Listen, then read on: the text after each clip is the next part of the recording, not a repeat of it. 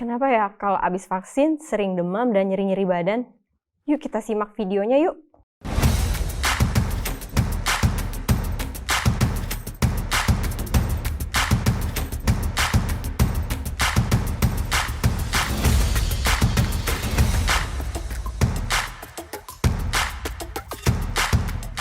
Sebelumnya, mari kita bahas dulu definisi dari imunisasi dan vaksinasi. Imunisasi adalah serangkaian proses yang membuat seseorang memiliki kekebalan tubuh terhadap suatu penyakit. Imunisasi terbagi atas dua, yaitu aktif dan pasif.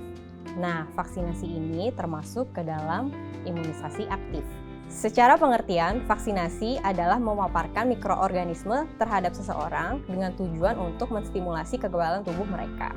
Komponen vaksinasi biasanya melibatkan mikroorganisme hidup yang telah dilemahkan atau potongan dari mikroorganisme yang telah mati. Karena komponen inilah, kemungkinan kekebalan tubuh kita menang melawan mikroorganisme tersebut sangat tinggi. Lalu, apa itu KIPI?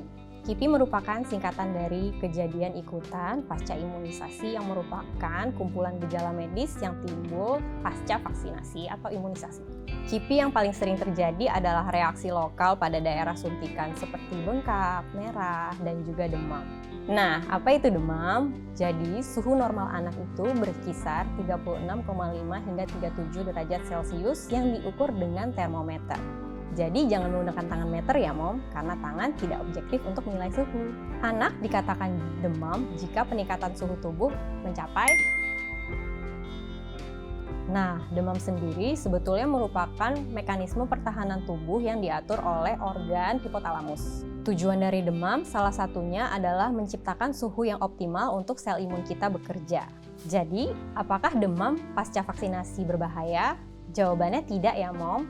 Hal ini merupakan respon yang wajar yang berkaitan dengan kekebalan imun kita terhadap komponen vaksinasi yang masuk ke dalam tubuh. Jadi, tidak perlu ditakuti.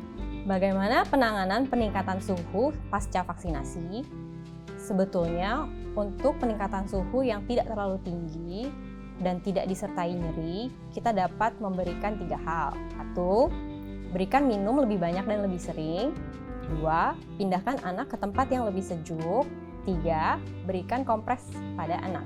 Apakah pemberian obat pasca vaksinasi dapat menurunkan efektivitas dari vaksin? Jawabannya ya. Berdasarkan studi yang dilakukan di Eropa tahun 2018, ternyata kadar antibodi pada anak yang diberikan obat penurun demam pasca vaksinasi ternyata lebih rendah dibandingkan yang tidak diberikan obat penurun demam. Lalu, kapan KIPI perlu diwaspadai dan perlu diobati? Jika demam tidak kunjung turun dengan minum lebih banyak dan kompres air hangat, kita dapat memberikan paracetamol dengan dosis 10-15 mg per kilogram berat badan setiap 6-8 jam. Nah, perlu segera ke dokter apabila demam mencapai 40 derajat Celcius atau disertai gejala lain seperti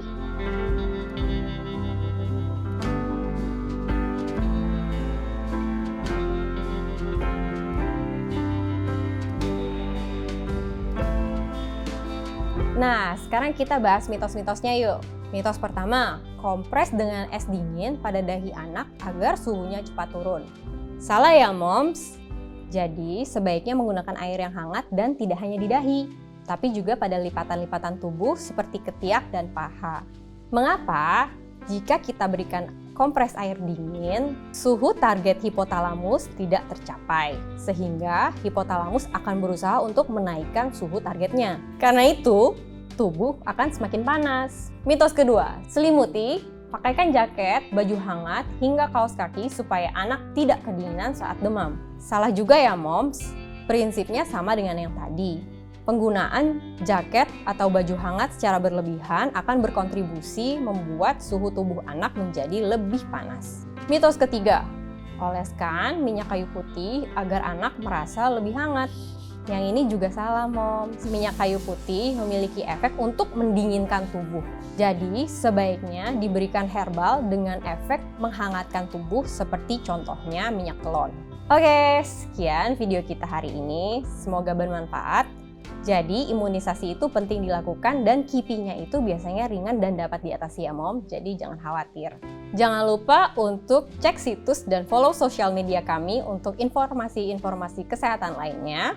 AI Care, your smart health companion.